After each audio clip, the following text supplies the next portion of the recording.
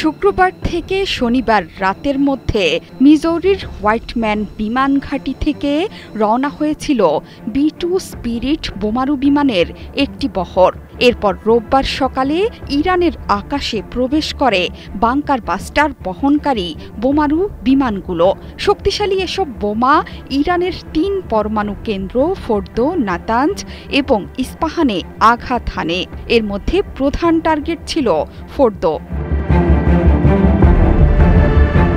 ইরানের ফোর্দো পরমাণু কেন্দ্র এতটাই সুরক্ষিত যে এটি মাটির ২৬২ ফুট গভীরে অবস্থিত।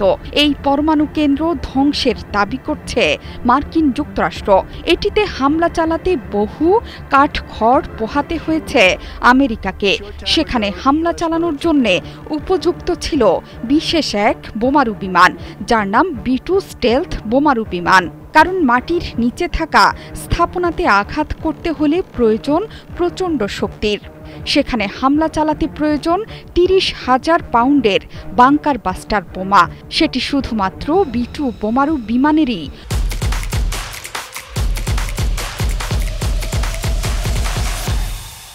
বহন এবং ছোড়ার ক্ষমতা রয়েছে। ফোর্দোর ওপর ফেলা হয়েছে ৬টি বাংকার বাস্টার বোমা। অন্য ২ স্থাপনায় পড়েছে ৩০টি টমাহক মিসাইল। প্রধান টার্গেট ফোর্দোতেই পূর্ণ মাত্রার বোমাবর্ষণের কথা জানিয়েছেন মার্কিন প্রেসিডেন্ট। বাকি ২ স্থাপনায় ৩০টি টমাহক ক্ষেপণাস্ত্র নিক্ষেপ করা হয়েছে। রোববার বাংলাদেশ সময় ভোর ৫:৩০টার দিকে ইরানের ৩টি পরমাণু কেন্দ্রে হামলার কথা জানিয়েছেন মার্কিন প্রেসিডেন্ট ডোনাল্ড ট্রাম্প। মার্কিন বোমারু বিমানগুলো সফল হামলা চালিয়ে যুক্তরাষ্ট্রে ফিরে যাচ্ছে বলেও জানান ট্রাম্প। ঠিক তখনই তেহরানের পারমাণবিক কর্মসূচির অন্যতম প্রধান স্থাপনা ফোর্দোকে গুঁড়িয়ে দেওয়ার ঘোষণাও দেন তিনি। আর বাকি 2টি পরমাণু কেন্দ্র হল নাতাঞ্জ আর ইস্পাহান। মার্কিন কর্মকর্তাদের বরাত দিয়ে এই তথ্য জানিয়েছে আন্তর্জাতিক গণমাধ্যমগুলো। এমনকি এই হামলায় মার্কিন B-2 স্টেলথ বোমারু বিমানের অংশগ্রহণের কথাও জানা গেছে। যদিও গুঞ্জন রটেছে আগে থেকেই যুক্তরাষ্ট্রের হামলার বিষয়টি জানত পারস্য উপসাগরীয় দেশটি।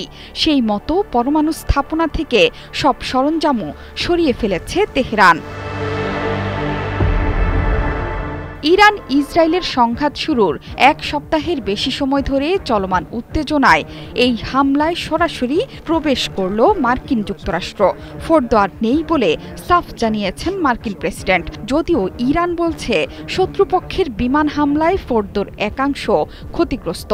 যুক্তরাষ্ট্র ইরানকে কূটনৈতিকভাবেও নাকি জানিয়েছে এই হামলাগুলোই তাদের চূড়ান্ত পদক্ষেপ। তেহরানে সরকার পরিবর্তনের কোনো পরিকল্পনা নেই তাদের হাতে। শুধু তাই নয়, ট্রাম্প স্পষ্ট জানিয়েছেন যে হয় শান্তি আসবে, নয়তো ইরানের উপর এমন ট্র্যাজেডি আসবে যে গত কয়েকদিনের চেয়েও অনেক বড় আর শক্তিশালী। মার্কিন যুক্তরাষ্ট্রের সাথে প্রায় অর্ধ শতাব্দী ধরে লেবানন, ইয়েমেন, হরমুজ প্রণালী এবং অন্যান্য স্থানে মারাত্মক প্রক্সি যুদ্ধ চালিয়ে আসছে ইরান। ১৯৭৯ সালে মার্কিন সমর্থিত ইরানের শাহ মোহাম্মদ রেজা পাহলভির উৎখাতের পরেই প্রথম ইরানের মাটিতে বড় আঘাত হানল যুক্তরাষ্ট্র। এরই মধ্যে মধ্যপ্রাচ্য এবং ইউরোপে মার্কিন বাহিনীর উপস্থিতি এবং সমরাস্ত্র জড়ো করছে ওয়াশিংটন। এর মধ্যে আছে যুক্তরাষ্ট্রের ৩০টি জ্বালানি ভরার বিমানের বহর, পাশাপাশি দ্বিতীয় বিমানবাহী রণতরী এবং সংশ্লিষ্ট সব যুদ্ধজাহাজ। জোহরা চৌধুরী সেতু, ৭১।